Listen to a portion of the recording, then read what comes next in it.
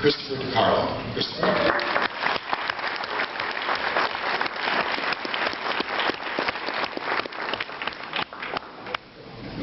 Okay, thank you very much.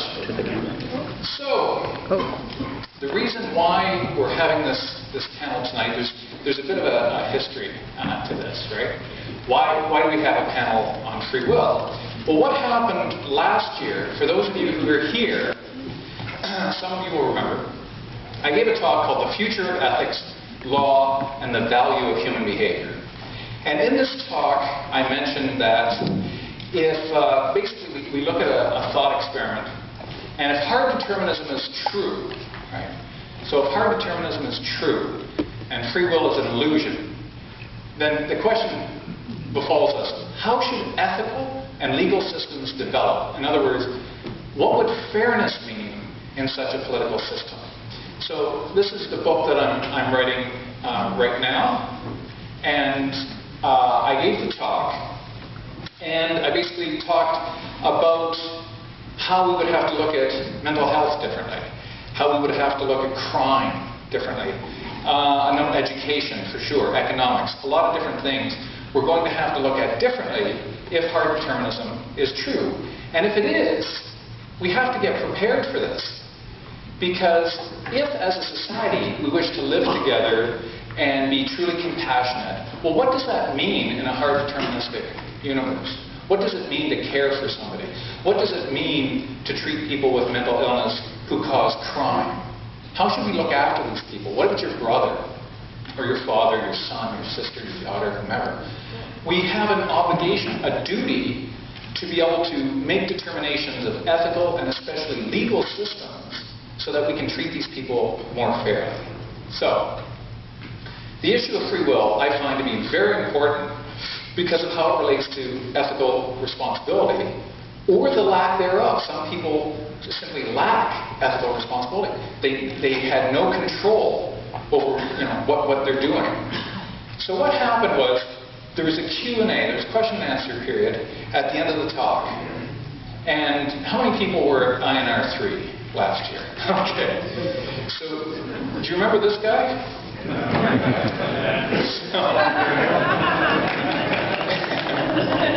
I have to thank Fred Bremer for this picture. In fact, I think we should all give Fred a round of applause for the pictures that he takes.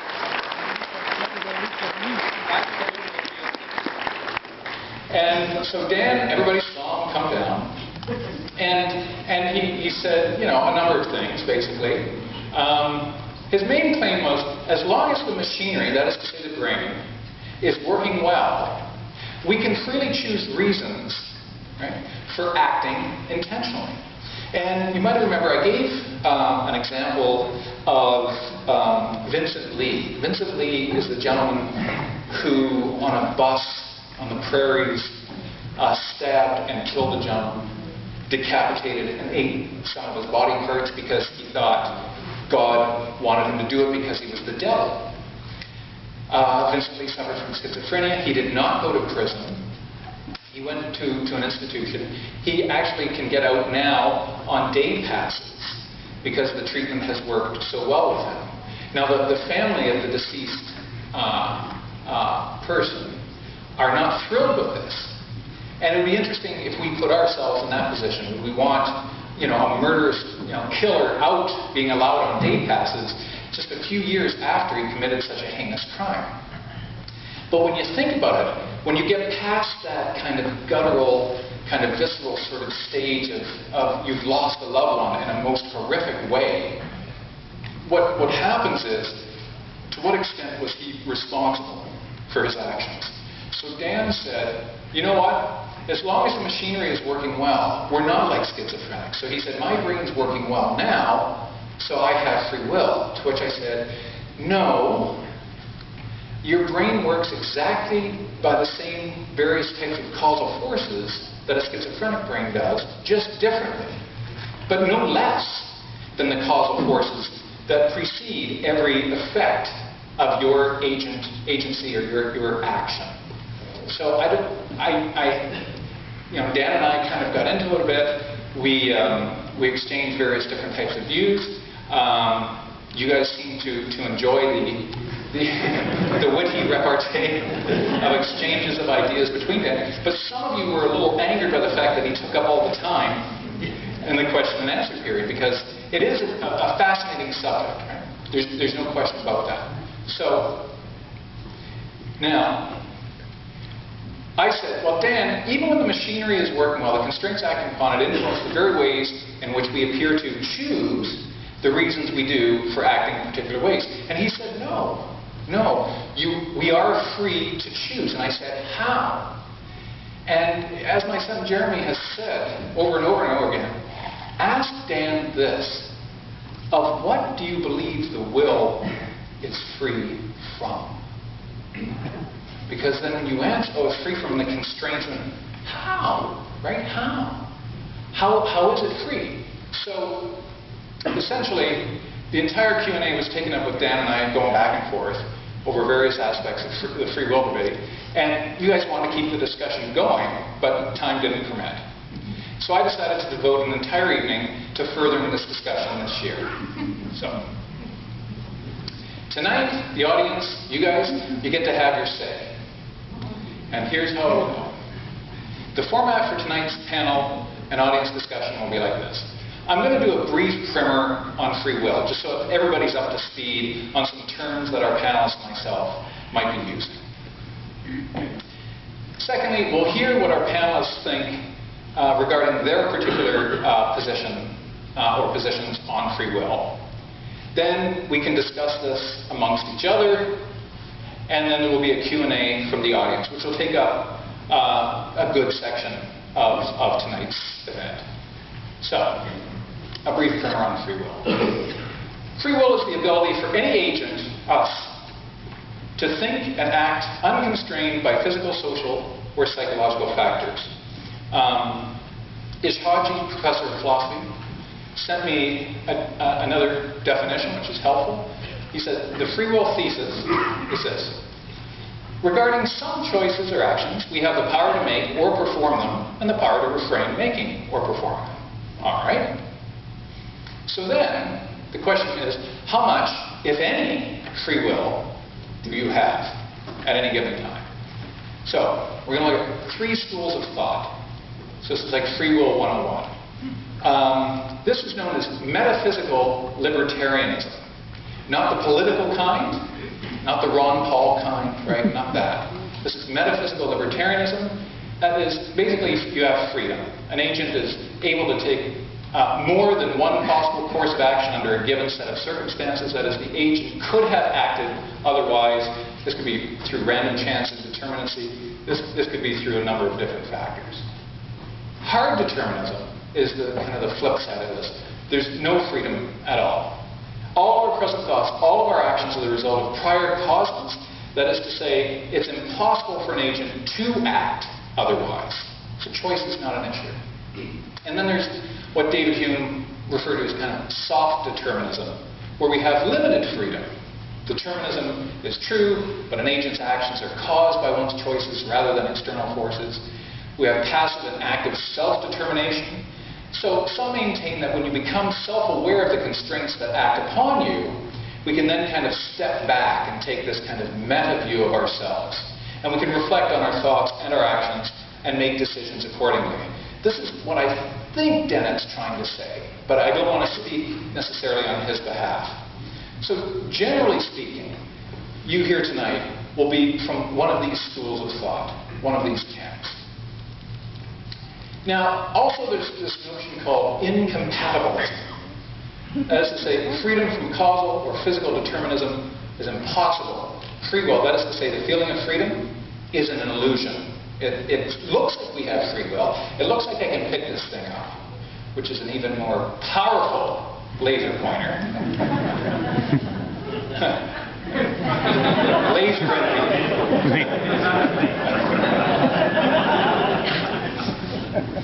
You know this guy drives a really big-ass pickup truck. Little redneck.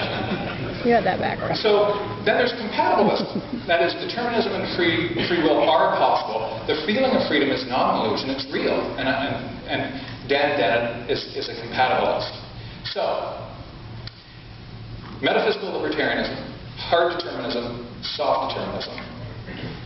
Incompatibilism, it's not possible to have a deterministic universe and free will. Compatible, yeah, the two are compatible. You can actually have a deterministic world and free will. And then the last term is dualism, right? Some people are, well, largely religious people who believe in things like souls and spirits and that sort of thing. They believe there's this immaterial je ne sais quoi inside of the physical matter, and that's what's responsible for piloting the ship. So, a soul, a spirit, a homunculus. And then there's identity theorists, where the mind is simply the brain. There's no ghost in the machine or pilot in the ship. We're just the machine. We're just the ship. There's nothing more or less to us. That's it. So there are all of your terms for tonight. So if you hear them being used, now we're all on the same page, and we can have more fruitful discussion. And I'll introduce the panelists. At the far end of the table, we have Jerry Coyne, who's a hard determinist, and as you can see, a lover of cats. He's an American professor of biology, known for his commentary on the intelligent design debate, prolific scientist and professor, U of Chicago, Department of Ecology and Evolution, author of the standard text Speciation and the best-selling Why Evolution is True, which I forgot and wanted you to sign, so I'll have to hook up with you in Chicago at some point. And he maintains a blog and website by the same name. Many of you will be familiar with Jerry's work. And here we have Haji. He's we'll say a compatibilist. He's a professor of philosophy at the University of Calgary. His areas of interest include ethical theory, metaphysics, and philosophical psychology. He's the author of a number of books: Moral Appraisability, Deontic Morality and Control, Moral Responsibility, Authenticity and Education, with, I hope I'm pronouncing this right, Stefan Koikens. Freedom and Value, Incompatibilism, Allure, Reason's Debt to Freedom, and recently you co-edited Free Will and Moral Responsibility with Justin, is it Coyote? So, now, hard determinist, compatibilist, libertarian, mystery guest. We don't have one. So I got to pull a Clint Eastwood. Well, Mr. Libertarian, what would you have to say about free will? I can't tell him to go do that to himself. The old man in the chair. I tried for a year to fill the libertarian spot. For various reasons, people were unable to do it. It's not as though there are a lack of them. It's just, it was very difficult to get one to sign on. So, since we don't have a libertarian, but we have an empty chair, is there anyone in the house who would like to fill this chair? I will. Lawrence Krauss will fill it, ladies and gentlemen.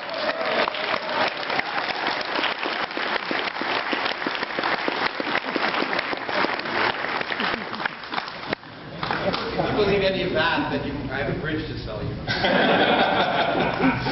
All right, so here are our panelists for tonight. And what I'll do is I'll start with each panelist. They're basically going to discuss their particular view. Ish will start with a compatibilist theory. Jerry will mention his hard deterministic theory. Lawrence will weigh in on his particular views. And we'll have discussions perhaps quickly between us. But then there will be microphones set up here for you folks to be able to engage in the discussion, which is really what this is all about. So we'll start with Ish Haji, and you can let the folks know first what the libertarian position is. This man is a professional philosopher. We have two philosophers and two scientists on the stage. This could turn into a cage match. So Ish, what we'll do is we'll just have you briefly discuss the libertarian position. Then we'll have Jerry do the hard determinist position. Then you can come back with the compatibilist position. Then Lawrence. You can tell us what you think, and we'll carry on from there. So the libertarian position, Ish Haji. So you just need to sit there and just push that button and you're good to go. All right. Yeah. Can you hear me? One of the most prominent positions today in free will literature is the libertarian position. And some of the most renowned philosophers working in the area of free will and moral responsibility are libertarians.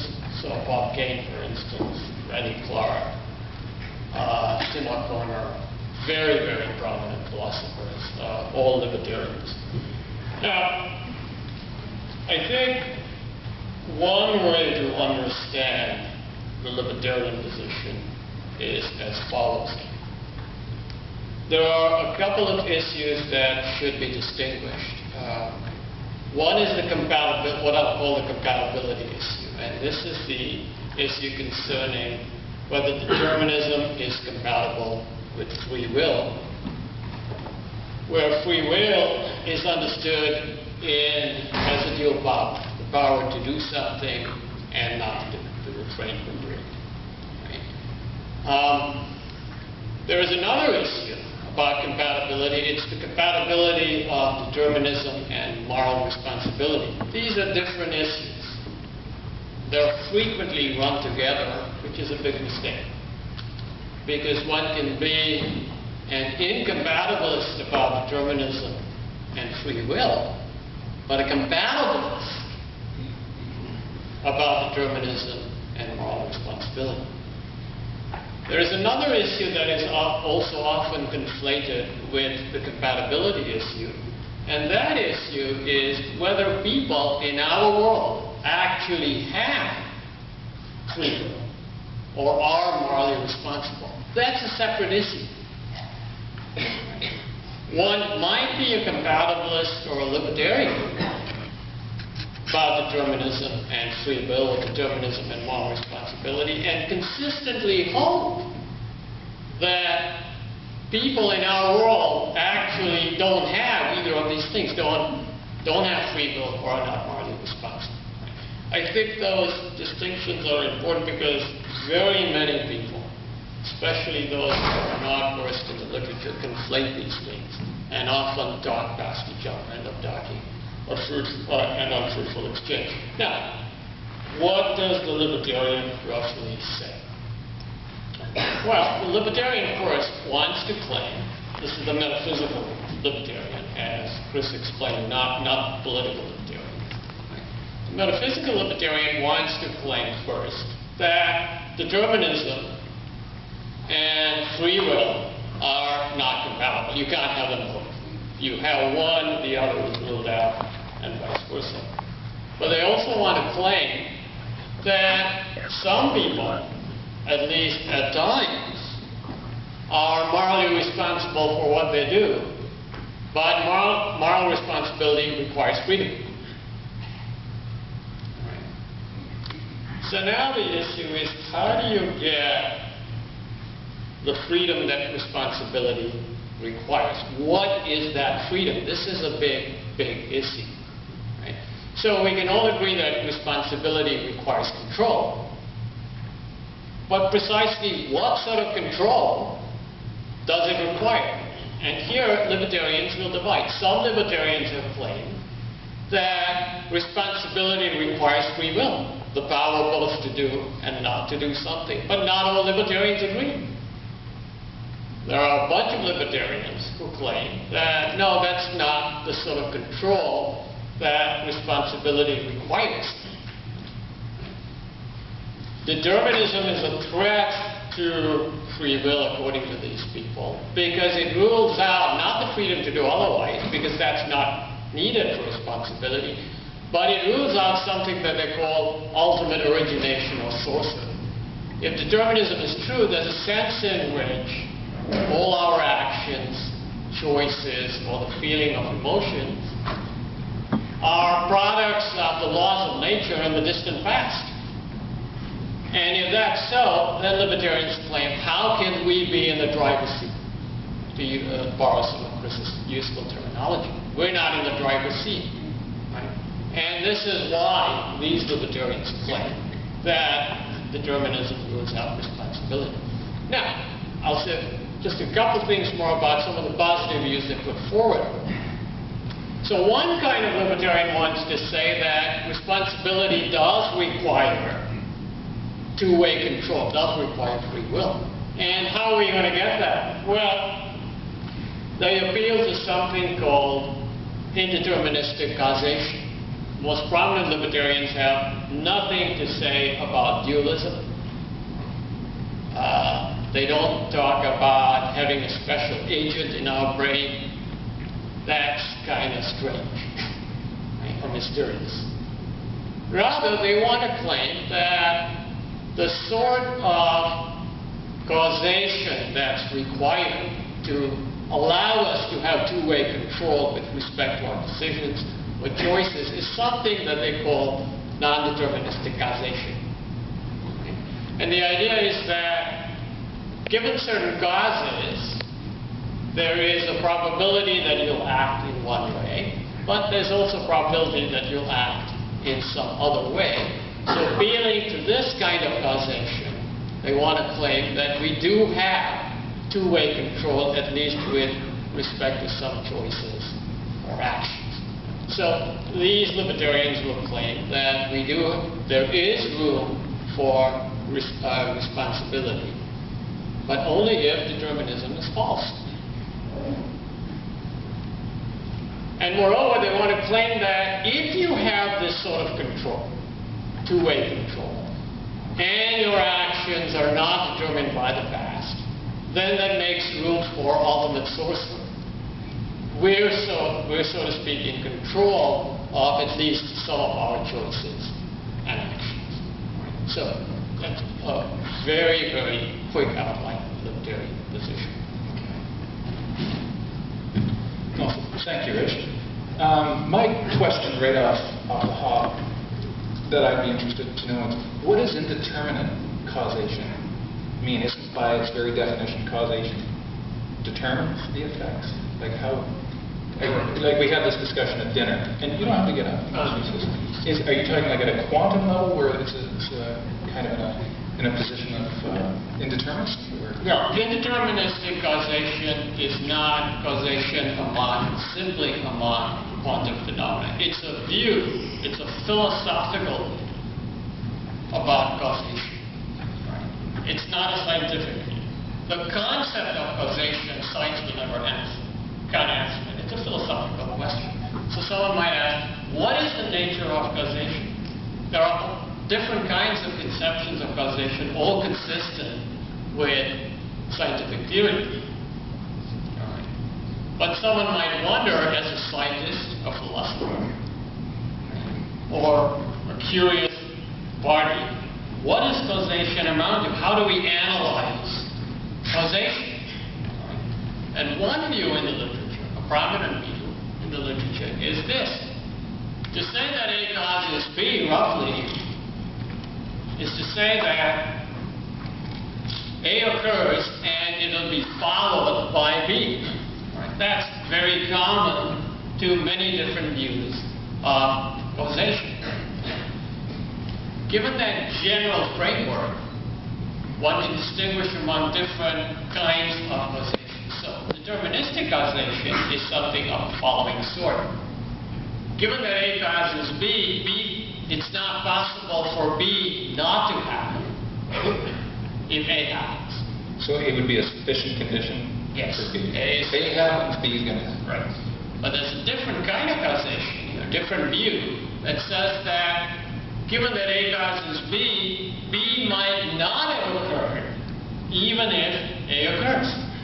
But don't you see, like, doesn't that just seem like it's semantics? You're just naming it that, but in reality, I let this go, it falls. It's not like it probably will fall, you know what I mean? It seems like A is always a sufficient condition. No, I don't think that's true. I don't think that's true first, because one, it's not a semantic issue. Okay. Second, I don't think observation can settle this view. It simply cannot. Because these views are consistent with the phenomena being as they are. As Hume and several others recognize, observation is not going to settle this issue. Now, of course, there are experiments in science today that lead people to believe that at least some causation at the microphysical level is non-deterministic. Right? But well, this is still an open question. There are people who get on one side. There are others who claim that maybe this is not so. Now, I'm interested to hear what the scientist guys have to say. When you hear a philosopher say, you know, there's indeterminate causation, there's got to be bells and whistles going on in your head. It's like, Jerry, what? Well, the first thing I would ask is just give me one example Okay. of a causation that is supposed to be a determinate causation. Right. I mean, if you say it's consistent with everything, but I would say, and Larry chime in, I don't know if he'll agree with me, that it has to be consistent with the laws of physics. It tells us that the only true indeterminacy is quantum indeterminacy. But beyond that, I don't see any kind of non-determinate causation. And quantum indeterminacy to me plays no role in free will whatsoever. I mean, when you make a conscious decision, it's not. People don't think of it as being due to the random movement of an electron unpredictably in your brain. So surely philosophers have to come to grips with the concrete implications of saying that there's non-determinate causation. I just want one example of it. Just one real example of a phenomenon that's not quantum. But Like at this level. yeah, at a macro level. A couple of comments are in order. First, the nature of the laws of physics or the natural laws, if there's no reductionism in physics, which most philosophers believe is not so. There isn't a reduction of everything, all the laws to physics. The nature of laws is, again, a philosophical question. It's not a scientific question. Scientists will never be able to answer that question. I love when, anyway. I'll give you an analogy. I was at a meeting a few years ago with colleagues of mine and some scientists. And the conference was partly on happiness. Happiness is a big thing today. There's lots of money being funded on happiness studies. And there's a bunch of scientists telling us that they can measure happiness. And one of my colleagues asked a very simple question to a number of these scientists on the panel and said, well, what do you take happiness to be? We got about 10 different answers. The obvious philosophical question then is, what will you measure? There are 10 different answers that you're giving us about what happiness is. What do you measure? The simple lesson here is that the concept of happiness is not a scientific concept. There are philosophical views about the nature of happiness. Once you agree on what happiness is, maybe, if you're smart enough, and I'm sure the scientists are smart enough, they would be able to try to measure happiness. Now, what's the analogy with free will? Well, the laws of nature, what are the laws of nature? Are they probabilistic laws? Are these laws such that, given certain antecedent conditions, something must follow? That's one conception. It's called the absolutist conception of the laws of nature. A lot of people uncritically accept this view as what the laws of nature are. This very strong rival view. The laws of nature are probabilistic. That is to say, given certain antecedent conditions, the consequent condition is not guaranteed. This is something that is a conceptual issue. There need to be arguments for and against this view, these views. Now, if we have the data, I don't know what kind of scientific data would verify this, right? But it seems to me that given that these are two different conceptions of laws, when one says, well, give me an example of a cause that doesn't follow any fact. I'm not a scientist. I won't be able to give you this example. It's clear you're not a scientist. Go on. So, Ish, are you saying then that I'm wondering if the happiness is kind of a disanalogy for causality, because causality seems to be more fundamental to human behavior and human observation and human action. And it's the type of thing that affects rocks, trees, plants, and humans, whereas I don't know any rock or tree that's happy. You know what I mean? So it's kind of like, it seems more fundamental, more foundational. How do you know trees are? I don't. How do you know? I don't. Let me just stick with rocks then. Especially granite. I hate granite. You're so stuck up. So here's what I think we'll do. You've done an excellent job telling us about the libertarian position. You obviously have some opponents here, so we don't want to treat you like, Daniel in the lion's den kind of thing. So, Jerry, if you just want to let us know quickly what your hard determinist theory is. I want to defer Larry because I know he's champing at the bit. No, because once I start, I can't be stopped. So go ahead. Well, I will leave the question indeterminate causation. We'll get there.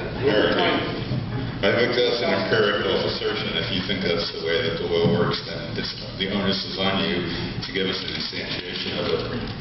Good philosophers always have examples of things that they're talking about in the real world. Now, I'm a hard determinist in the sense that Chris mentioned. To paraphrase a biochemist at Penn State, I think, the University of Pennsylvania, Anthony Cashmore, who influenced my views a lot. We don't have any more free will than a bowl of sugar, which is what I really believe. I think our decisions are completely the result of the laws of physics, and that boils down to our genetic endowment, the way our bodies are built, plus all the environmental influences that not only help build our bodies, but impinge on us constantly from the outside. So, being a hard determinist doesn't mean you're free from influence or changing your mind based on environmental influence, but it all comes down ultimately to the laws of physics. So I'm a determinist for 4 reasons, really. The first one is that we are made of atoms, and so therefore our bodies have to obey the laws of physics, which means that insofar as those laws of physics are deterministic, our actions and our choices are deterministic too. So what I'm doing right now with this pen was probably determined a couple of days ago, absent the indeterminate causality of quantum mechanics, which I leave to Larry. Second of all, there's experiments that are being done, and you may know about them, showing that people think they actually have made choices well before they think they've made choices. These are the famous Libet et al. Experiments, the Soon et al. Experiments, where you can actually scan somebody's brain and ask them to press a button to the right and the left, and you can predict with now about 60 to 70% accuracy within 7 to 10 seconds before they're conscious of having chosen right or left which one they're going to choose. And so the experiments are supporting what I know to be true from the laws of physics, that whatever decisions we make are actually worked out in our bodies before they come to consciousness. The question of why we think that we make those decisions is a separate issue. That may be an evolutionary question. We're evolved to think that we have free will, and we can discuss the reasons for that. The third reason I'm a determinist is simple experience. I was driving the car back from the grocery store for half an hour the other day and thinking about something else, and somehow I made it all the way home, and I realized that I was making turns and putting on the brakes and avoiding other cars, but I wasn't conscious of any of that. It was my body was programmed to do that, and I think that's the way that most of our decisions are made. And finally, the last thing that's made me a determinist are all the other psychological experiments that have been done before brain scanning came in, which are ones where you can make people think that they have will, that they're actually doing something when they don't. And you can do the opposite. You can make them think that they aren't doing something consciously when they are. And a good example of that is Ouija boards, where people actually spell out letters, but they think that they're acting, that they're not, that's not due to their own volition. Just to sum up, there are enormous implications for this. It always puzzles me why compatibilists like Dan Dennett are so keen to tell us that, everything we do is determined, but we still have this form of free will. And they're leaving aside the most important lesson, which I think Chris would agree with, which is that everything we do is determined by the laws of physics in our bodies, which has enormous implications for how we run our society, how we treat criminals, how we punish and reward criminals. What we do to other people depends critically on whether we think they have actually had the power to choose one alternative versus another. Of course, that's the whole basis for religion as well, right? Most religious people are metaphysical libertarians because if you don't have the power to choose whether Jesus is your savior or not, religion doesn't make any sense. So to me, in the end, when you ponder determinism, I conclude that we are not morally responsible for our actions, because how can you be morally responsible for an action if you could not have chosen otherwise? Whether you're a schizophrenic that killed somebody because God tells you to do so, or whether you've been brought up in a bad environment that just made you angry and you commit violence by robbing somebody or killing somebody. So I think in the end, we're responsible for our actions in the sense that we have to be held accountable for them for purposes of making an example for other people, for keeping us out of society if we do something bad, or for curing us of whatever we do that's antisocial. But we're not morally responsible. Just simply responsible. And that eliminates one really big thing from the punishment issue, which is punishment based on retribution. Retribution makes no sense at all if people have no choice. So that's my take and my rationale for why I'm a hard determinist. So. Yes, do you have any response to that? So, I think it's interesting that we finally get to an issue that is very central to the free will determinism debate. First, let me give some brief comments about some of the things that Jerry said concerning why. Yes, I will be brief. The Leibniz experiment. If you read Leibniz's work itself in Wagner's work, you will note that they do not draw the implication that Jerry says concerning free will. For one thing, they admit that there is a kind of veto power, right? And they don't explain this. A veto power. So you can so there is a lag time, you make a decision, but you can come back and alter that. This is not. And they're very careful about this. They are good.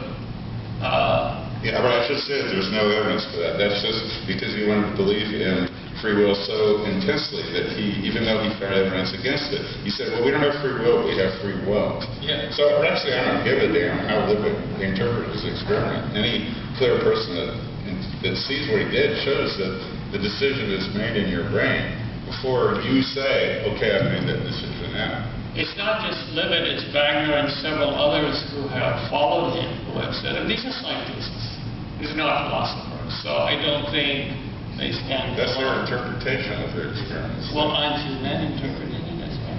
So if these scientists are interpreting the experiments in one way and you're interpreting them in another way, I think what we should conclude is that this is controversial. I don't think one should say, my interpretation is the right one. All these other interpretations by these scientists, they're all wrong, I think. Well, they say that there are scientists that don't believe in evolution either. And I would deny that they're wrong. That they're right. I mean, the second point that Jerry made was personal experience. He said, personal experience convinces me there's no free will. Well, personal experience seems to indicate that that table I'm looking at is solid. It's not what science is telling us. No, it's solid.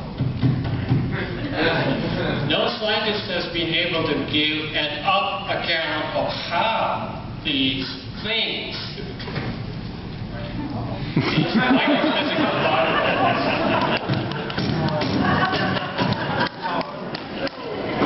well explained to you why. No scientist has been able to give an explanation of how atoms. Sorry, hang on. This is the time when quantum indeterminacy, you'd fall right through that thing and then want to try and change. I just wish this had been the time. I did the experiment. Sorry.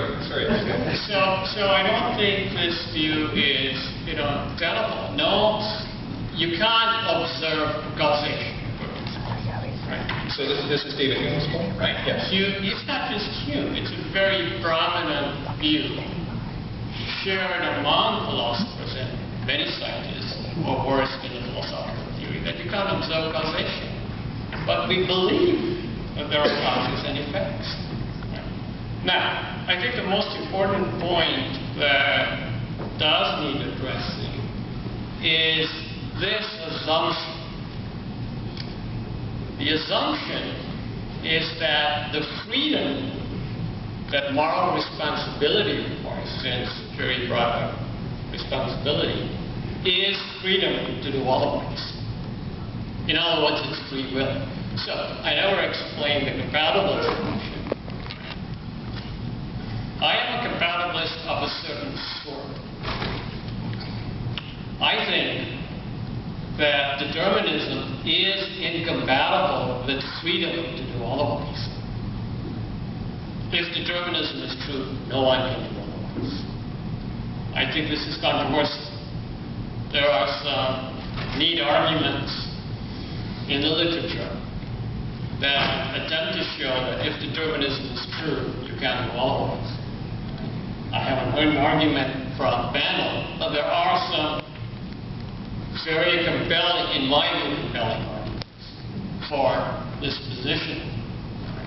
They are complicated arguments because they involve the nature of, they involve the laws of nature, they involve questions about the changeability of the past,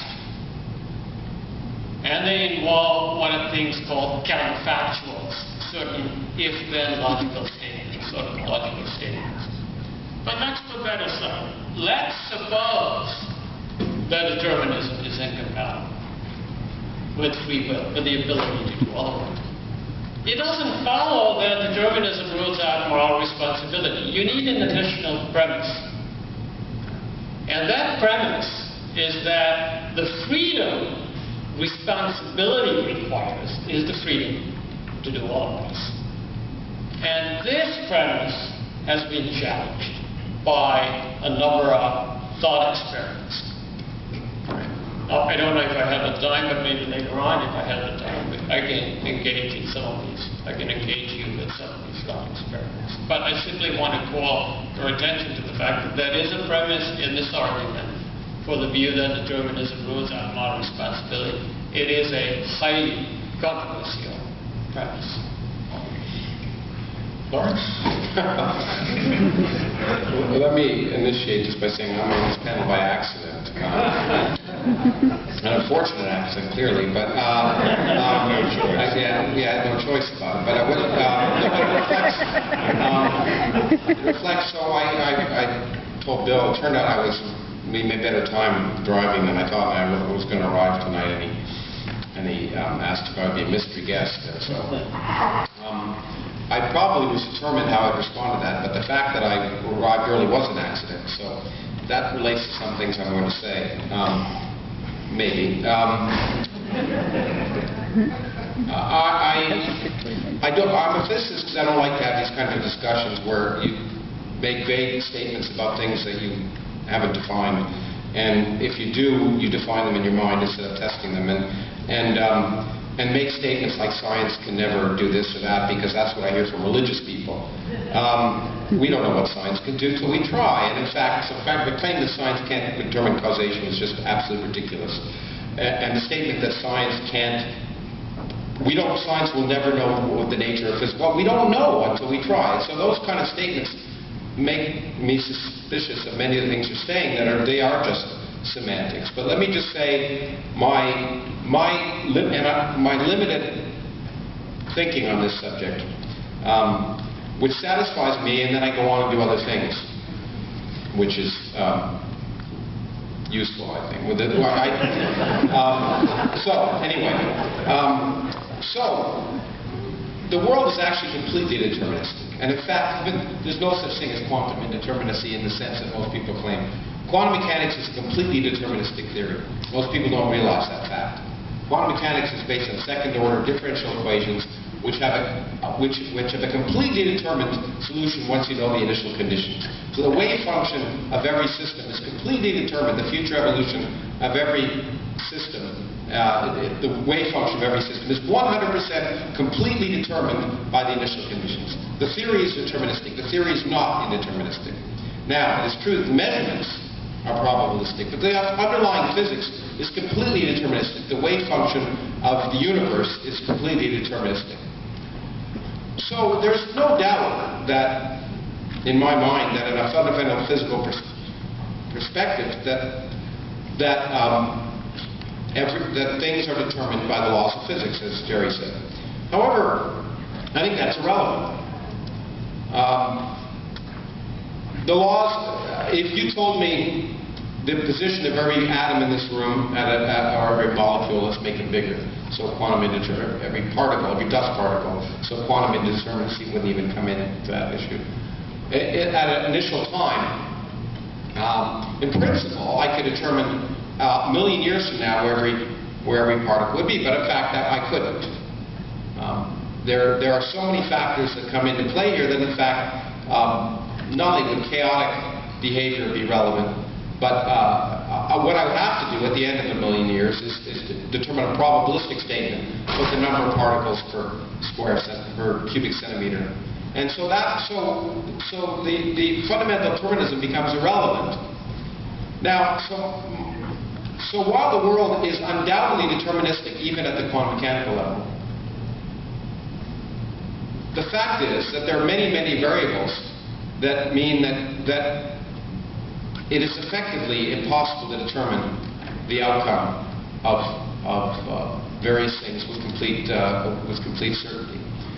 And therefore, while we live in a world in which there is undoubtedly no free will at a fundamental level, at an operational level, there is. There are so many factors that enter into any action we take. And one of those factors is that we have computing systems in our head called brains that can, at times, make rational decisions. They can sometimes rationalize those decisions. But that is one factor that comes into all of the other data that determines any action. The fact is I made a decision which may or may not have been rational, clearly irrational now that I think about it. Since I was arriving on time, the least I could do is agree to Bill's request. But all the circumstances that led to that decision, including my decision to drive faster or not spend a night in a hotel somewhere else, all of these things were all influenced by so many different factors that a key determinator of that were the operations in my brain. And while I agree completely that we make decisions without being conscious of why we make the decisions necessarily, or when we make the decisions, I do think we make decisions. And I don't think we can pawn it off on the fact that the laws of physics determine where my atoms would be at any instant and how they're behaving. So ultimately, my resolution of this, which in some sense resembles more of yours, in spite of the fact that I honestly don't think you have the slightest idea what science is, is the statement that we live in a world in which there is, at a fundamental level, no free will, but operationally, we live in a world in which we act as if we have free will. It's undistinguishable from a world in which we did have free will, and therefore we might as well make decisions as if we did have free will. So that's my resolution.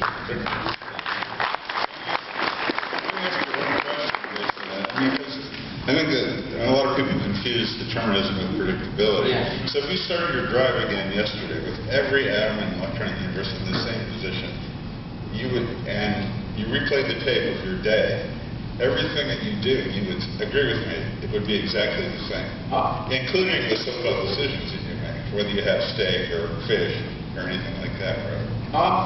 You can't predict it, but if you replay the molecular tape, what you do would be, for the rest of your life, would be the same, right? Probably. No, I agree with you. There are chaotic effects which cannot. I mean, a butterfly may have flapped his wings, and in fact, there may be. But in principle, yeah. So let's just say I accept that, absolutely. But that's irrelevant to my decision to come here tonight. What do you mean decision? Well, the point is that my thought processes may have been determined, and no doubt were determined by my upbringing. And how I make a computer decision, a binary decision, how the computer in my brain works, may have been that what I determine to be rational and irrational at some level is determined by a host of experience that I've had, and that has been based on a host of experience that goes back to the Big Bang. Okay.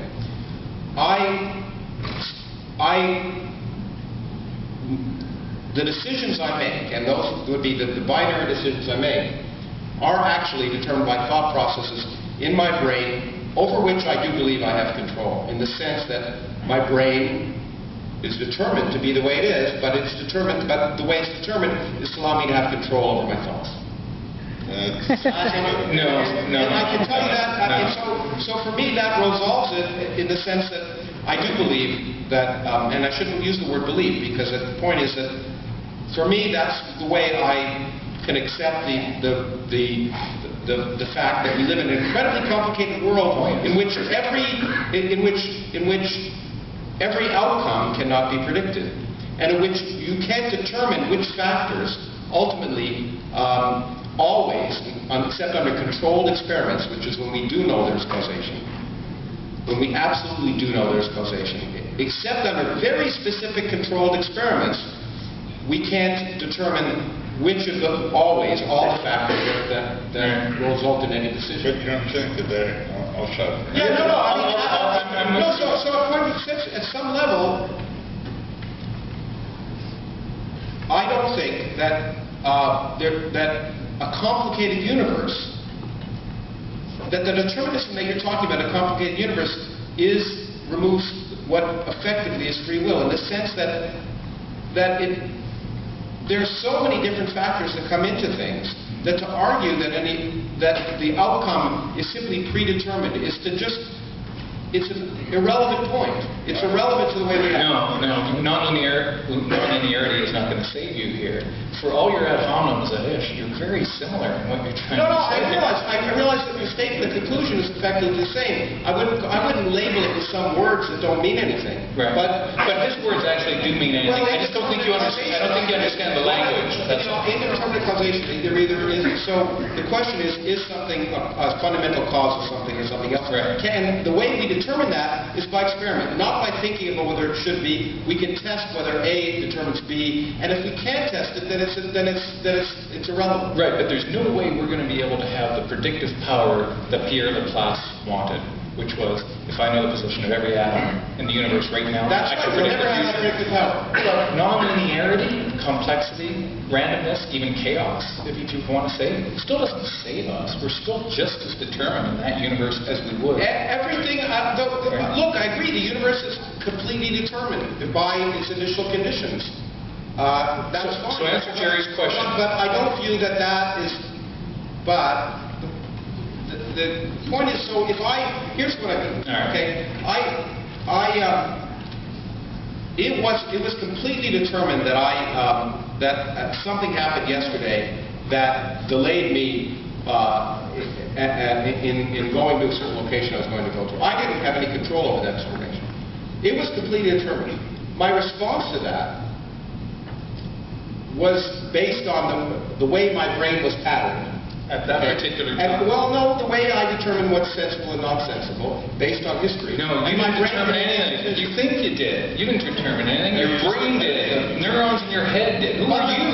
Exactly, but my point is, even if it's a computer, even if I have a computer that's incredibly complicated, and I program with all the data, and I give it some set of circumstances, and it makes some ultimate decision, okay? I may say, well, that's not free will, but in a fundamental sense, it's not free will. But effectively, it's acting like it has free will. We live in a universe that effectively, operationally, looks like it has free will, and therefore, it doesn't really matter in some fundamental sense whether there is free will. Operationally, here's one of those rare occasions when it looks like a duck, it swims like a duck, but it ain't a duck, dude. I don't care. I don't give a shit. You should. Because your argument is kind of a little weak here. No, I mean, a little weak, but in every sense that I can see, that's my personal... Oh, no, I'm not denying you that, and you have every right to do that, just as Ish does, just as Jerry and I do. Yeah, I just don't see this being as consistent as Jerry's mind. My point is, it fundamentally...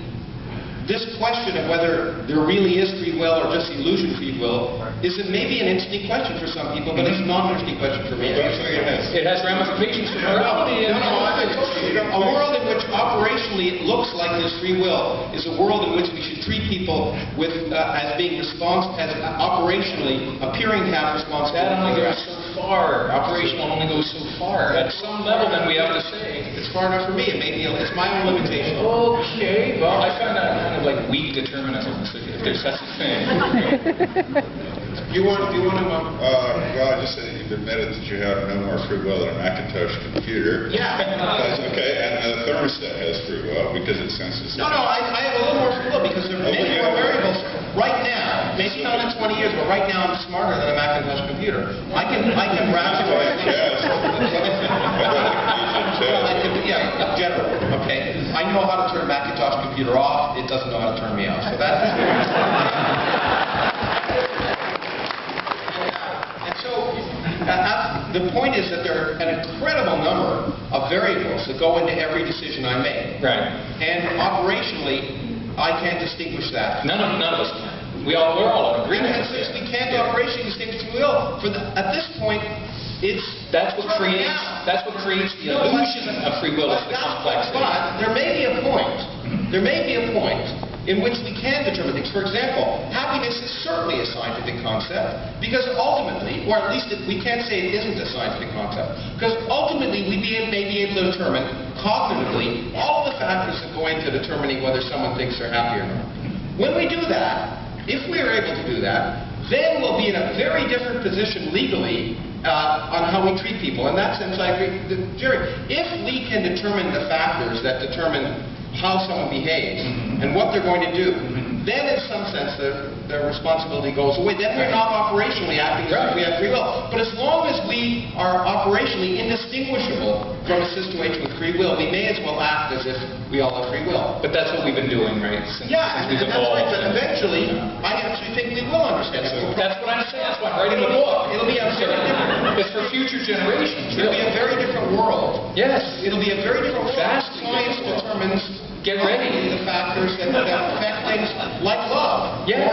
Or many of the things that we think anger, envy, hate, all of are human emotions. Absolutely. And we'll have to deal with that, and we'll have to deal with that legally and quote-unquote morally and personally, and we'll have to change our relationships. That's fine. That's right.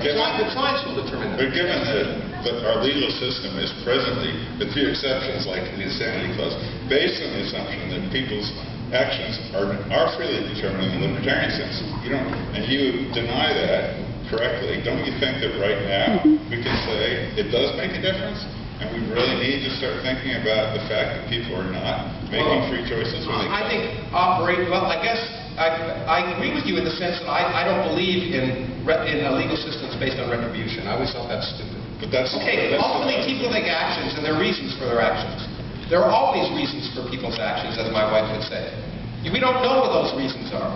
And so the question is, we should determine those reasons. If they do harm on others, we should try and change things so that those people don't behave that way. That's what we should do in a healthy society. We should say people have reasons for doing what they're doing.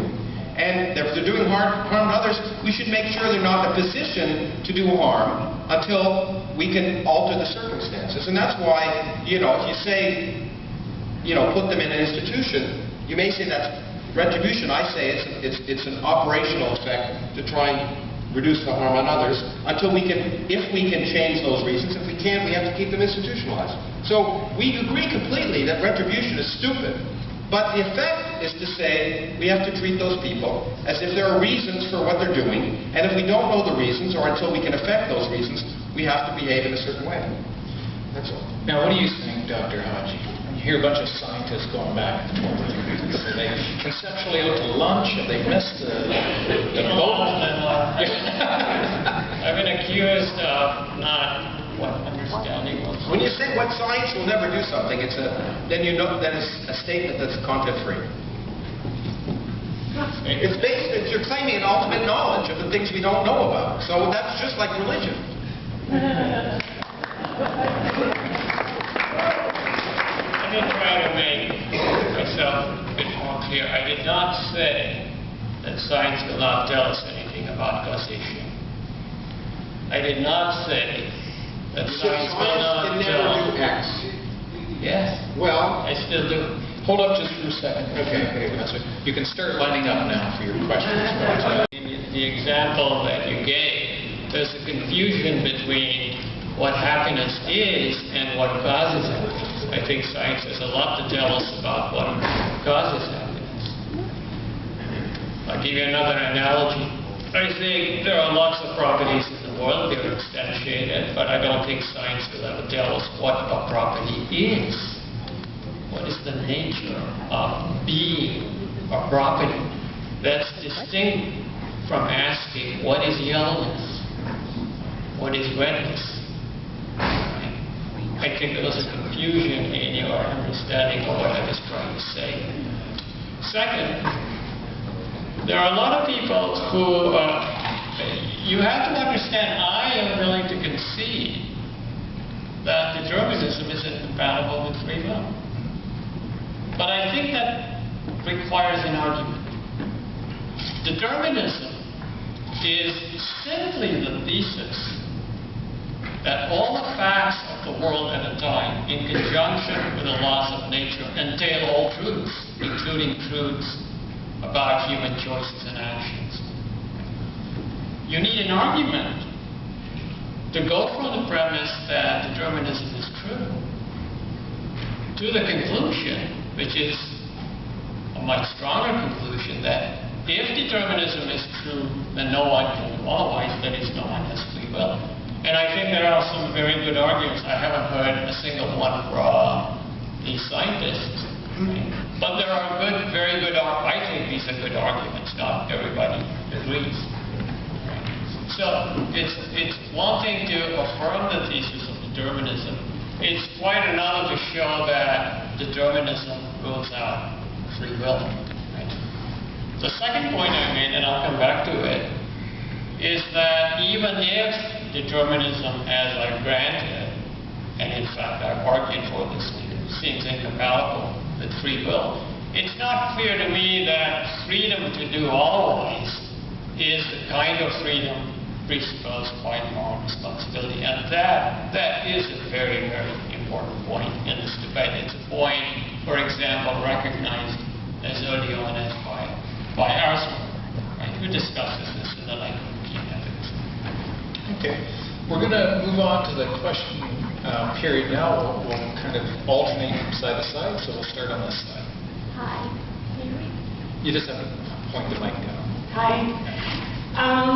I guess my question is, if there is no free will, why is there morality? I mean, I know, or I think I know, that it's wrong to kill another human being, but if everything's predetermined, what does that have to do with morality? Are you directing your question at a particular panel? Or is it general? I guess Chris, Isla, or Jerry. I mean, I would have to say personally, I agree with Lawrence. So if you say there's no free will, why do I choose not to murder someone and someone else does? Oh, okay. I don't want to speak on behalf of Jerry, but I would imagine he might be in agreement to say that if you had been raised differently, if the neurotransmitters in your brain fire differently, if your genes disallow the serotonin in your brain to play around with the way in which you made impulsive behaviors and whatnot, you'd be an entirely different person.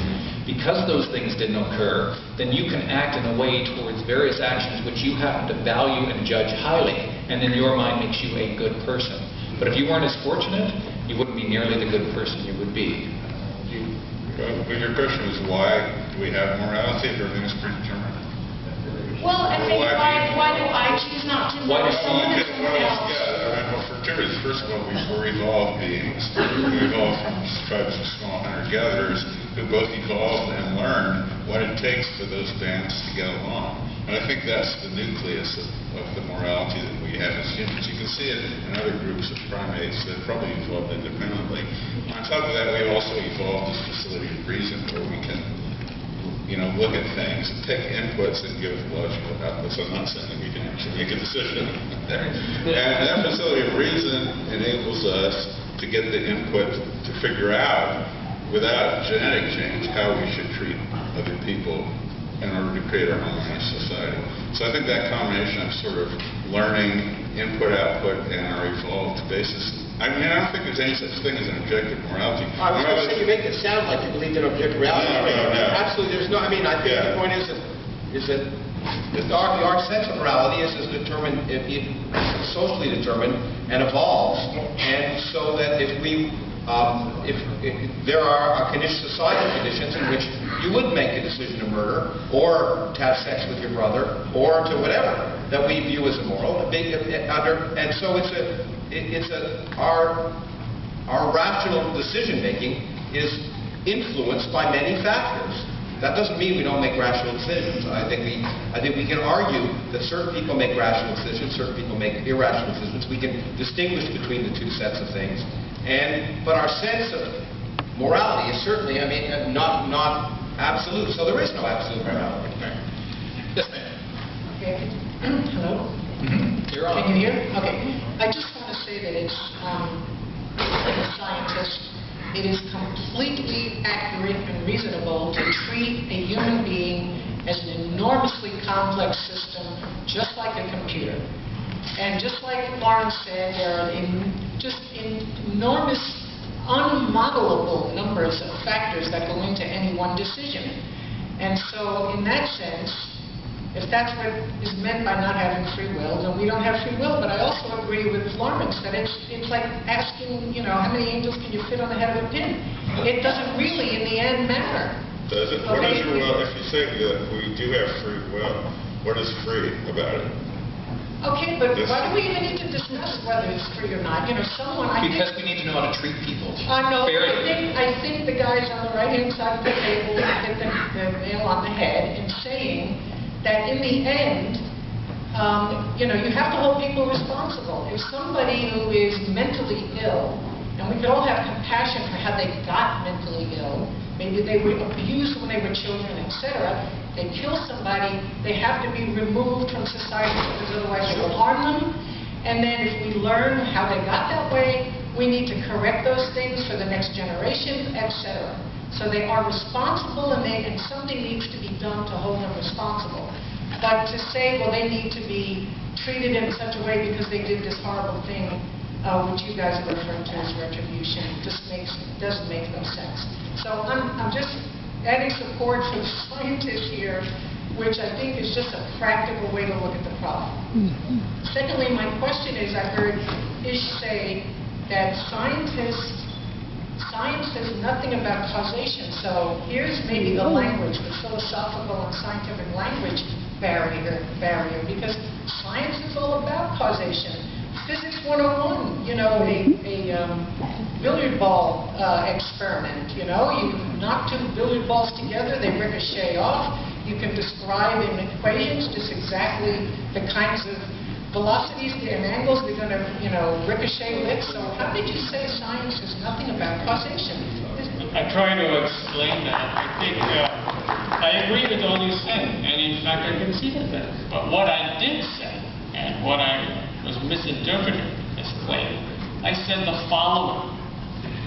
I said the concept of causation, just like the concept of being a prophet, or just like the concept of being a boss of the world, it's not a scientific concept. But that's where you're wrong, because, well, it's one of the many places. Because the concept, what the science defines, it may not be in a sense in which another person could accept, but science defines what causation is. The concept of causation. Science defines that if you make predictions, and if predictions are wrong, what causation is. X causes Y means by definition what? Science defines causation to be X causes Y means that you can predict and I can Z to happen, and you can test that hypothesis by doing experiments over and over again, and you can decide if you do the experiments many, many times that happens, that it's highly likely, which is all science can ever say, that X causes Y. And the more experiments you do, the more likely it is, and the closer you get to the unambiguous result that eventually you say X causes Y. I'm not asking about when science will tell us how to predict whether when you have two variables like X and Y, you get a Z. I agree with that. I think that's what science is important. It's one of the elements where science is fundamental in telling us what are the causes of so and so. Right? And I think you're correct in saying that the more evidence we get, the stronger the reason we have to believe that whenever you have an X and a Y, you're going to get a Z. That is not telling us anything about the nature of causation. It's telling us something about a couple of causal variables. Can I just, I want to just... No, I got to hold you there. I'm sorry, but there's just too many people. Yes, sir. Hi, my name's Mark. I don't know any of you guys, but with my interpretation of what I've been hearing, I think that I think you're the one that's demonstrating the most intelligence out of everything I'm hearing. I'm hearing a lot of the right side almost defending science like it's a religion, really black and white thinking. And from Ish, I want to congratulate you because you're showing kind of what truly exists sometimes, the concept of uncertainty and probability and systems. And, you know, we're not sure. We want to get to the next level. And I think in essence, you demonstrate more what a scientist is.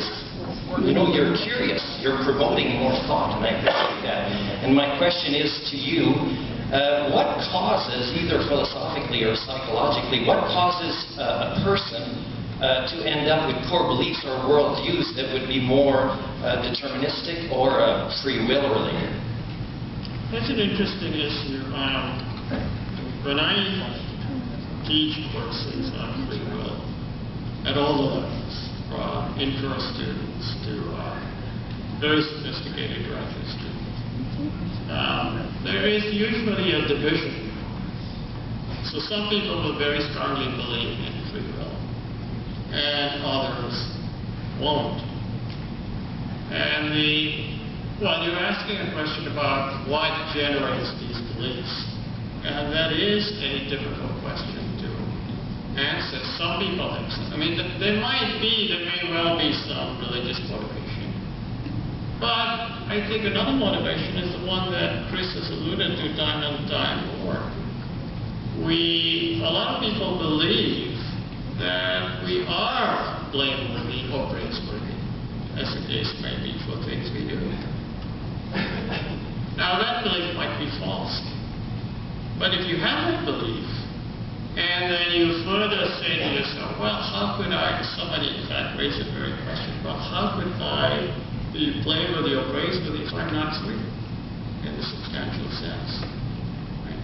But if that belief is so firmly ingrained in you for whatever reason, again, it might be a false belief, then you're probably inclined to the view that we have free will. On the other hand, there are all kinds of thought experiments and real-life experiences which lead to the other direction. So if you had a horrible childhood, or if you examine the psychology of some of the Vietnam vets who come back and kind of adjust to society, and then they say, or if you want, I guess, an even more clear expression of this Rambo, from the Rambo movies, and Rambo says to the colonel, you made me the killing machine. I can't refrain from killing. Right?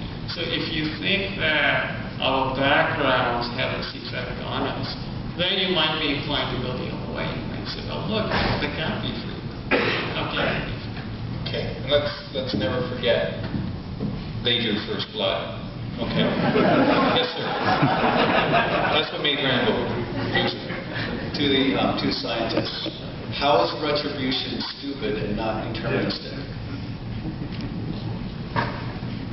I think it serves no purpose whatsoever except to explain it. It's not useful for society to have these motives of vengefulness at all. I think we need to do things rationally and not act out of hot-bloodedness, and I think that's what retributive punishment is. It leads to things like the death penalty. It leads to the view that we're going to hurt you because you deserve it, and you deserve it because you had a choice to do otherwise. I see no benefit at all, except for relieving the feelings of aggrieved parents and victims to have this motivation for justice. I think his point was that it made no purpose to it, but I think he was saying it was determined that we act stupidly. Presumably that's what you were arguing. Whether it's stupid or not. Yeah, I mean, that we as societies behave have irrationally. no more control over our actions than the person who is being judged. It's a good point. Yeah. I have that because I mean, I only do what I do because I think it is actually possible to have an impact. It is actually possible to change the future. It is actually possible for individuals to change the future. And if I didn't think that, it wouldn't be worth doing what I do. And so I do think it is possible because we have been programmed by evolution to be rational, to have discussions that actually change the way people act. Now, whether that was determined from the beginning of time, it's possible for that to happen. And it's possible, therefore, operationally, for us to move forward and try and create a better future, a future that's better than the past. And, yeah. And whether that would happen has already been determined. Thank you. Yes, sir. I feel like it's Dr. Krauss against the world, and Dr. Krauss is winning. I just want to clear something up I heard before. Is it wrong for me to have sex with my brother? I just wrong. Oh, you want to have sex with your brother? Yeah. I don't know. What's your brother look like? So I have a question for Mark and this. I just got a speeding ticket. I'm the one that decided to hit the cruise control button at 128 kilometers an hour. I say, just because I made that decision because I was before I was conscious of it, doesn't mean I didn't make that decision. Well, I mean, yeah, that's one way that competitors work. But a lot of people think that when you say I made that decision, it means I could have made. He's exiting quickly. So oh, sorry. When people say I made that decision, it implies to other people that I could have made another decision. Yes, you are the entity that came out with that output that I'm going to have the steak tonight. But that doesn't mean that you could have decided to have the fish. So yeah, you're a human being. That's a computer that made that decision, but you couldn't have made another decision. And I've actually gotten speeding tickets and considered, would a judge buy that whole hard determination? Let's see if this makes the news. But generally speaking, yeah, if I'm speeding and I get caught and I know I'm speeding, I pay the ticket. But then again, I don't make any excuses. I was determined because somehow in my head I feel justified to speed because I left too late or whatever the reason was. But it was all determined for me to get that ticket anyhow. The cop was there at the time. I was there at the time. It happened.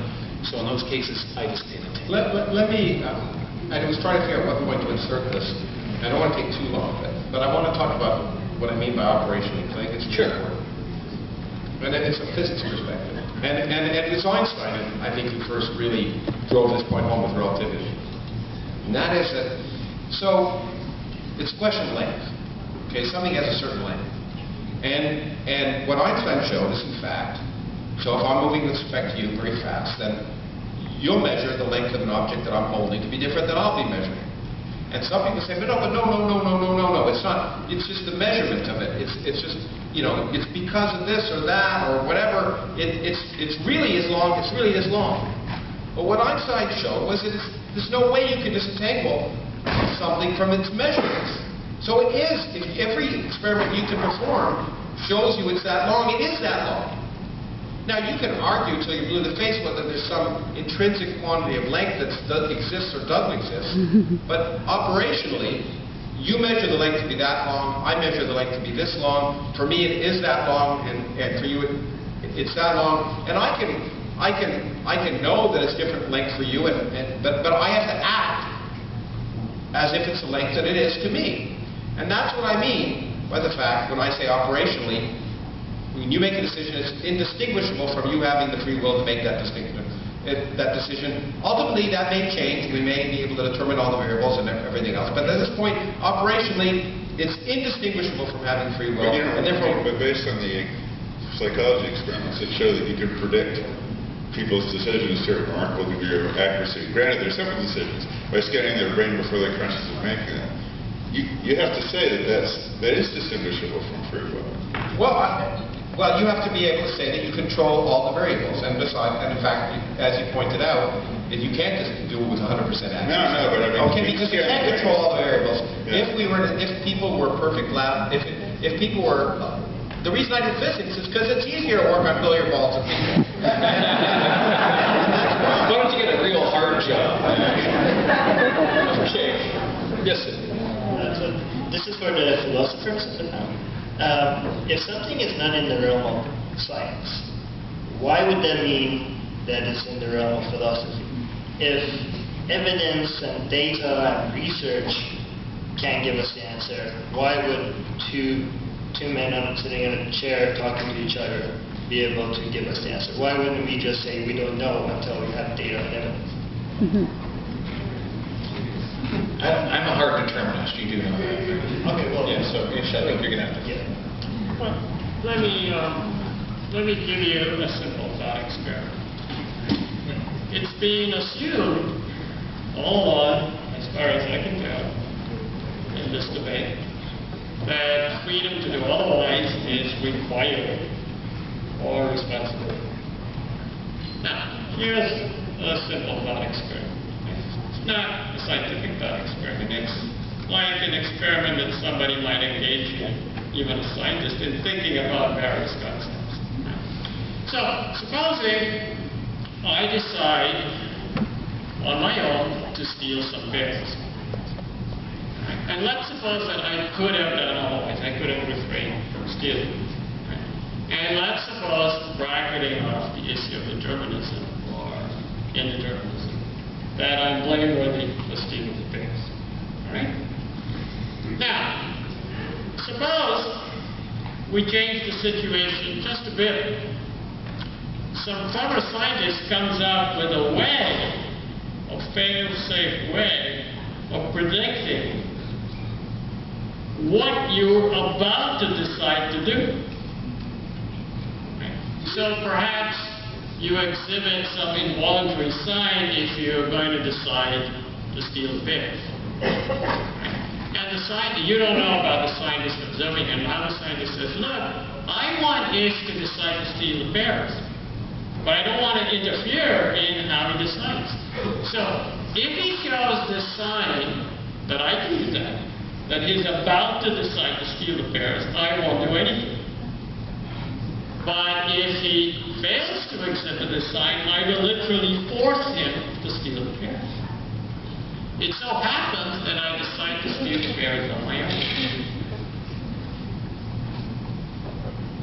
Now, this thought experiment is a simple one, but it's an intriguing one because it seems to suggest that freedom to do otherwise is not required for responsibility.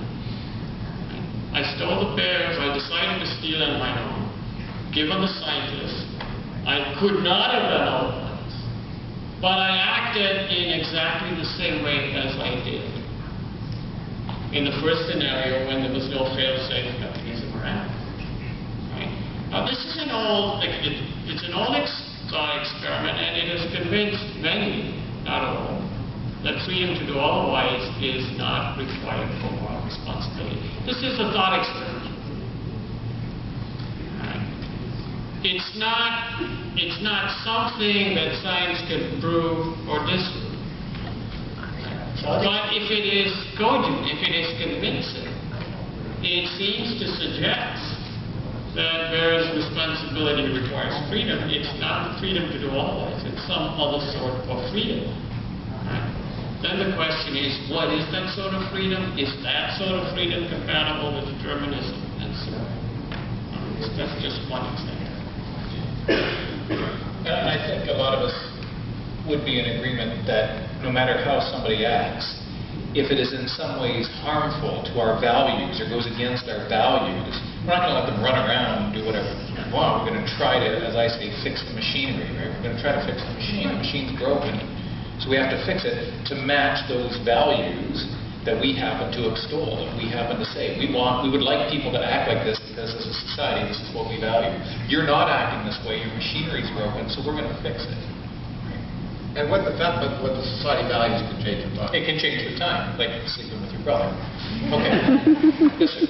Yeah, I find the idea of having free will, personal responsibility, and everything else is very compelling. It's very attractive.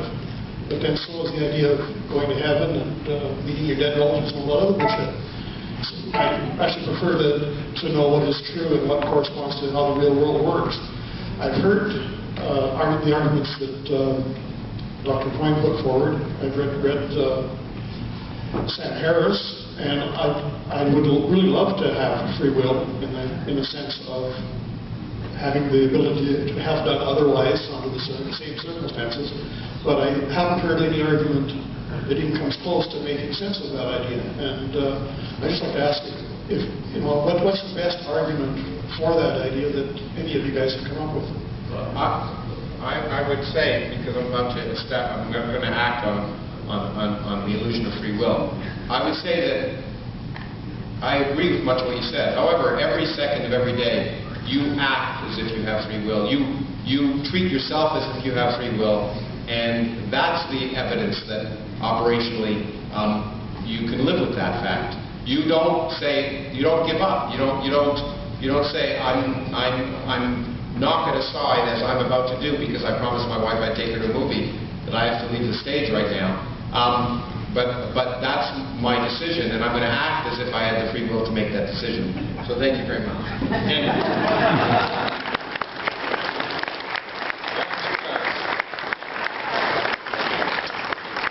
Yeah, essentially, I think we become as free as we can possibly be the moment we realize we're not.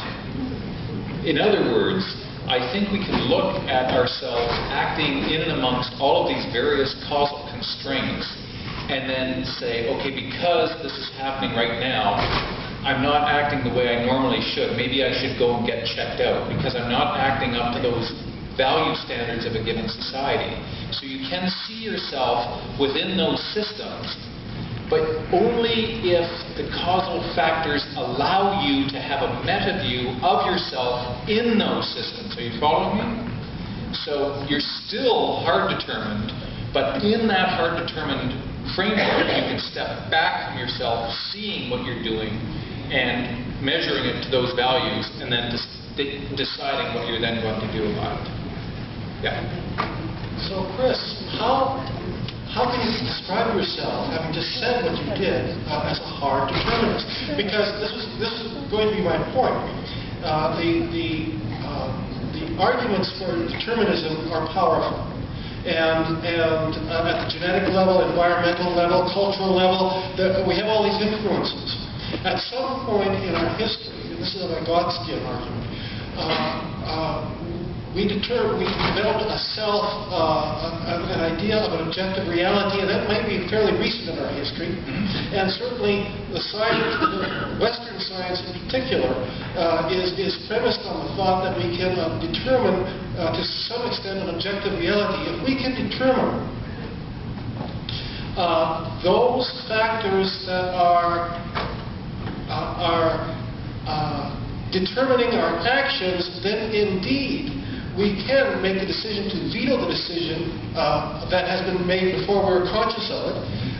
In the example given, using the metaphor of the computer, we can even perhaps reprogram ourselves. I'd like to get the response to that. Right. It looks like it. It looks like we're doing that. By the way, very quickly, I'd like to say at 2 p.m. tomorrow afternoon, all will be revealed. Thank you.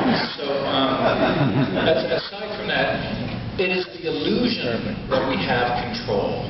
To me, the best we can do, the freest we can be, whatever that means, is to see ourselves meshed within what I call the relations of systems.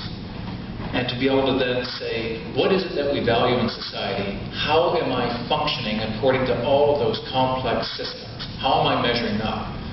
And then to decide based on what those systems are causing you to decide at that very moment how you wish to measure up to those values. So it's still the systems causing you to think that way within the systems of how to measure up to those levels of value. That's the best I think we can do. Now, I could be wrong. I could be wrong. I don't know. I haven't read everything Ish has written.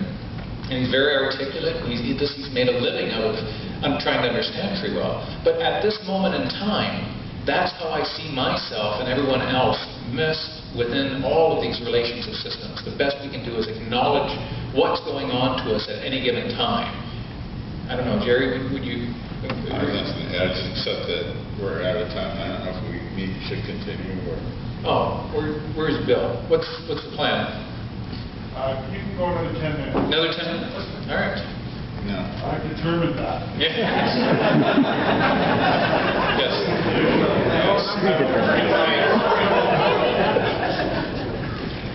My question concerns what we talked about at the beginning of the Slow Panel. The talk about ethics and practicality and things like that, because it started with the talk about ethics. It talked about jurisprudence. We've talked about the problems about a judicial system that's based on retribution rather than correction. But my question is fundamentally a practical one. And I think it's going to relate more to you, Mr. diCarlo, just because it's your field of expertise. But let's just say for the thought experiment that someone comes in and let's say we can determine this person to be of a sound state of mind, and this individual in a frantic desire to prove that free will exists rather ironically shoots someone. Of course, all factors determining that this would happen prior to this. And we all agree on that. Now, we talked about, it was asked a couple of questions back, why is a retribution system stupid? And I honestly don't agree with it. My question is, if that person of a sound state of mind knew everything that would happen, he knew that by doing that he would be subjugating himself to this system. I guess my question is, what ought we do with him? Should we go through with it, or should we back up and say, well, it was clearly determined, we should probably correct it before we let you have what you find you're going to get? Right, there's two ends, right? There's the back end and the front end. So the back end is this person generated harm. Okay, so that means they've done something with incredible negative value. Have they killed a person?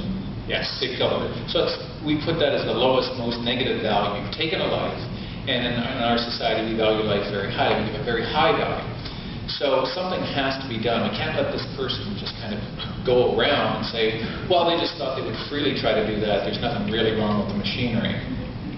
But clearly, in that person acting in that way, they have violated a contract that we have in society. And that contract is, I don't kill you and you don't kill me. So he has failed in the reciprocity of behavior.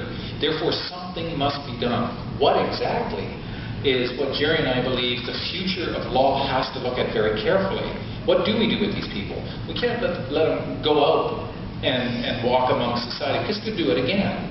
So we have to make determinations as to what is going on in the machinery with this guy. Why would he think at any point in time that it was a good idea, that it was a wise decision, a prudent decision to take another life when he had no legal or ethical right to do so? I think the deterrence, which you haven't really measured, is another thing. Even with the machinery, you can determine this guy will absolutely never do it again. You still got to do something. Oh, you still have to do something. And that means putting him away, because other people who don't understand the concept will be deterred from harming society. Thank you. Yes, ma'am. Hi. You were talking about brains that work properly, but I had measles and encephalitis at 4 months old, so I have a whole host of behavioral issues, delayed cognition and parasympathetic nervous system disorder. And so I'm quite aware of, I can be consciously aware of something, and I can do absolutely nothing to stop it. But I also think that other people, that this applies, like I said, I have a parasympathetic nervous system disorder, which basically means I don't have a calm down kind of thing. So if I'm annoyed, I will give off body signals that I'm in a rage. And so if I'm annoyed with someone, I can even tell people beforehand that I have this. So I'm annoyed with them, but they're reading the signals that I'm in a rage. And so they are acting like I'm in a rage, and I try to talk them down to like listen to my voice, listen to my words, you know, and this is, I mean, it's so strong that people can even determine it over the phone. So even if I've told them about this beforehand, they know about it, but in the situation where I'm annoyed, they see me as being in a rage, they cannot stop themselves from acting like I'm in a rage when I'm not. They'll even say I'm swearing at them. You know, there's all kind of group thing that goes around. Yeah. So, It's going to take a long time, I think, and I think Jerry will agree. That's why this book I'm writing is really for future generations. It's not going to be easy. If any of us were the parents of the gentleman who was killed by Vincent Lee, it would be incredibly hurtful to us. And I don't know how I would react if I would want Vincent Lee killed. You know, I don't know what kind of visceral reaction I would have. But we can step back from ourselves, which is what I was just mentioning earlier. We have the capacity to see ourselves within the systems and step back from the situation and realize, to what extent are you in control when that happens, that elicits the response in us? And when we can try to get over that, then maybe we can deal with the situation differently, and better, more compassionately, and more helpful. But that's not an easy thing to do, because we were emotional beings way before we were rational beings, and that baggage is still within us. Right? Yeah, it's only people that are trained to deal with people with brain injuries can see it, but like normal person is I know. no matter what It takes a lot of work. It will be a brave new world, but I'm hoping it'll be a more responsible, a fairer new world. Well, thank you for that. Listen. Hello. I have to confess, first of all, that I'm cautiously skeptical of Professor Haji. Sorry. Yeah. I have to confess, first of all, that I'm cautiously skeptical of Professor Haji's position on free will. But assuming free will does exist, who has free will? Do animals and insects have free will? Is it based, what are the qualifiers of having free will? Is it sapience? Is it sentience? Is it rationality? And also, I think this I don't want to offer too much on the table, but for Professor Coyne, evolutionarily, when would a species first begin to have free will, if there is a point where individuals begin to have free will? Well, I don't believe anything. I know, that's why. If you ask this question of Dan Dennett, where he would be flummoxed because he thinks that free will, he's a complete determinist, but he thinks that free will consists on the complexity of the human rational mind, that we can take in a lot of inputs before we give an output, which we call rationality. Well, so can computers. So if you ask the animal, is a computer going to have free will? He might well answer yes, but a planarian might not. So if you're a compatibilist, where you draw the line between free will, those that have it, those that don't, is completely arbitrary. If you're a determinist, nobody has free will. And if you're a libertarian, I don't know. I know. I mean, do you think that apes have free will, Doug? I mean, it's almost a tenet, I think, of Christianity that humans are the only species that have free will, but that makes no sense at all to biologists, much less an evolutionary. Right. Especially I addressed most of these questions to Mr. Haji.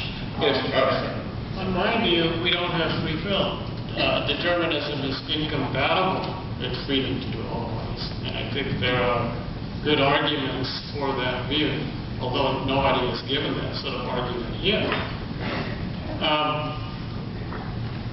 The issue, I think, the more important issue then, is whether determinism, even if determinism rules out free will, does it rule out moral responsibility?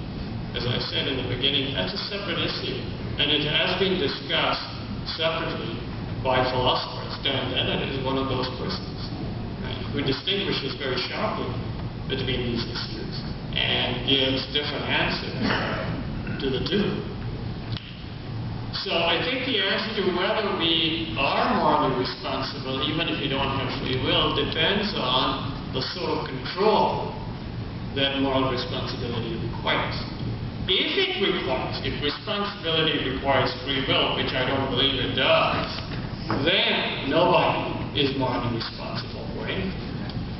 On the other hand, if responsibility requires a different kind of control, not freedom to do otherwise, but some other kind of control, then it's an open question whether determinism rules out moral responsibility.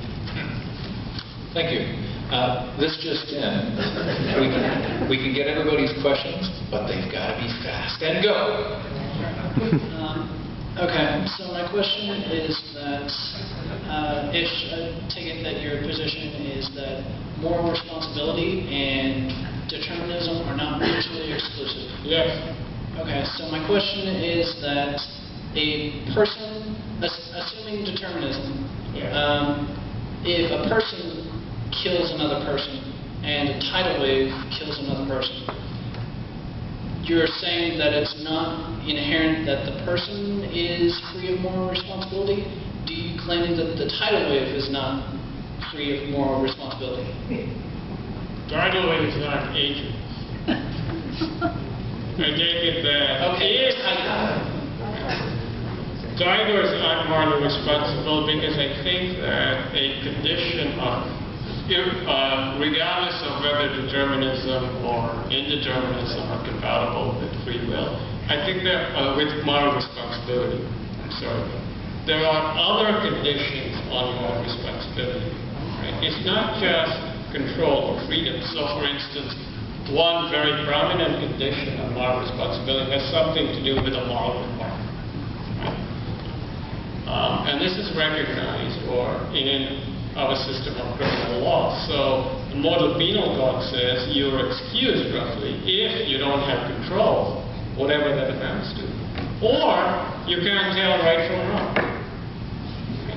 So if you take seriously these other conditions of moral responsibility, you can now see why non-human animals that don't have the cognitive sophistication to know what's right from wrong. None of these entities that we're talking about could have done otherwise. Right, but again, the issue is not whether moral determinism is compatible with free will. I thought you asked whether determinism is compatible or incompatible with responsibility. Right. And I said that control is only one condition on responsibility. So you asked, why is the tidal wave not responsible? Yeah. It's not responsible because it doesn't meet some other requirement. It doesn't know right from wrong. Tidal wave is not an agent. Thank you. Yes. Well, I've asked, a couple of people have touched on it, but to the determinists, you indicated like how we treat criminals is not with the retaliatory retribution idea. We could do it better, and the word rational was used. If you want to treat them more rationally and you make a decision, is that not exercising free will, or is that already deterministic, that we act rational to do that? And secondly, in one of the responses a minute ago, somebody used, when you were discussing you have to handle people or do something with them, the word deterrent was used. That indicates, to me, a possibility of free will to the people who might act. So I'm questioning whether there's a little bit of conflict in the way you're approaching these things. Right, sure. Rational, I would imagine, I was going to ask Jerry what he meant by rational, but I would just assume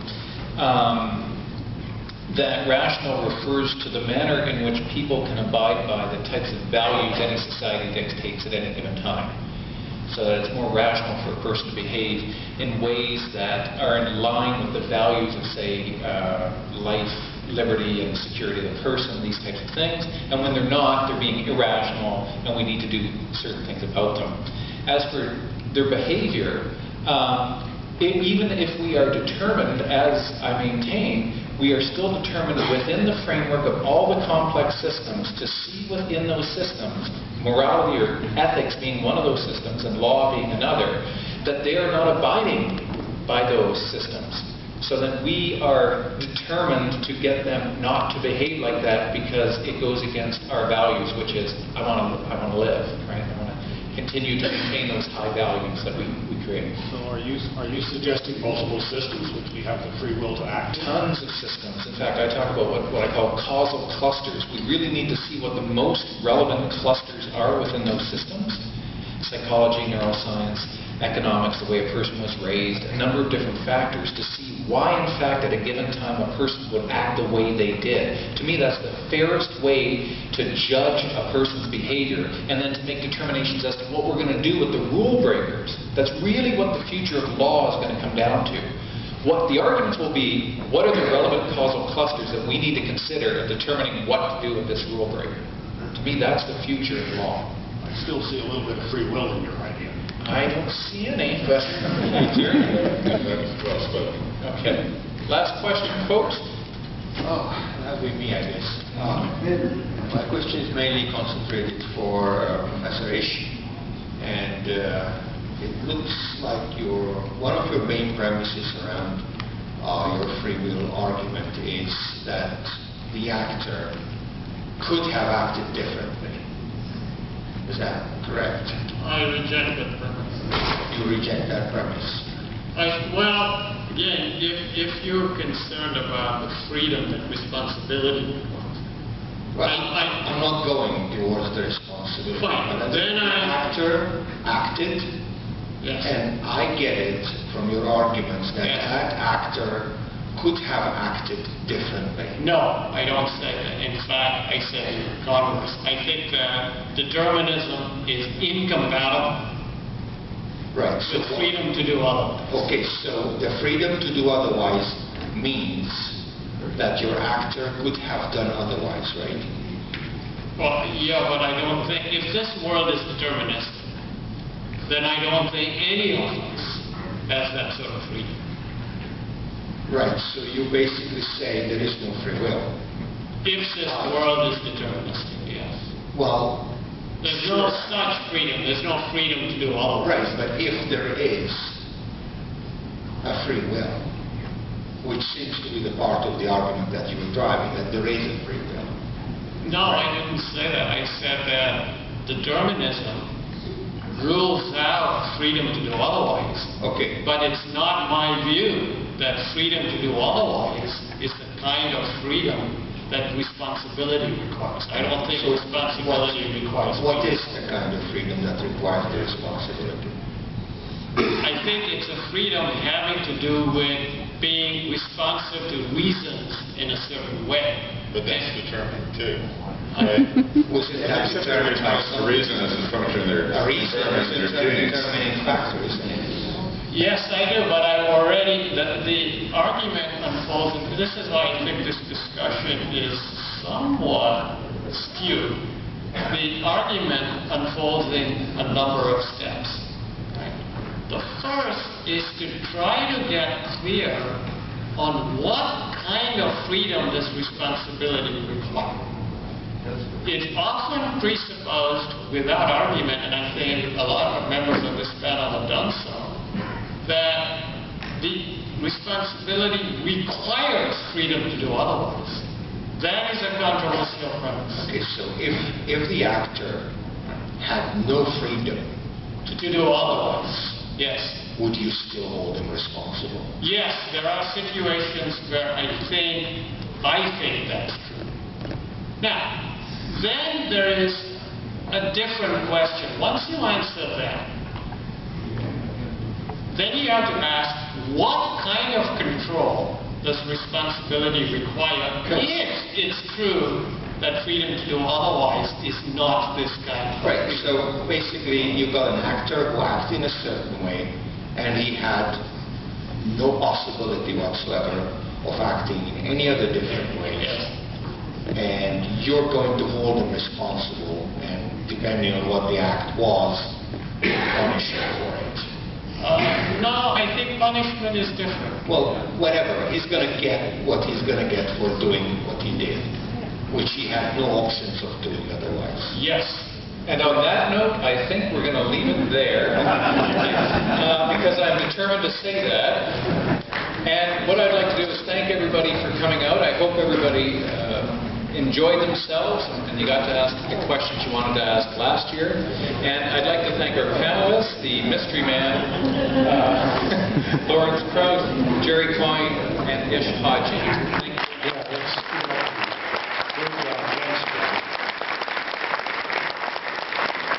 Really entertaining panel. Okay, so we have a reception with happies and stuff right across the hall. Your program says Ballroom A, but it was actually Ballroom B and Ballroom C. But if you go up there, you'll see that I changed them to A. So it's the rooms straight across the way, and there'll be some happies served, and all the speakers will be there, and you can mingle and talk to them, and please feel free to do so. They're all anxious to meet you, all right? And we'll see you tomorrow morning.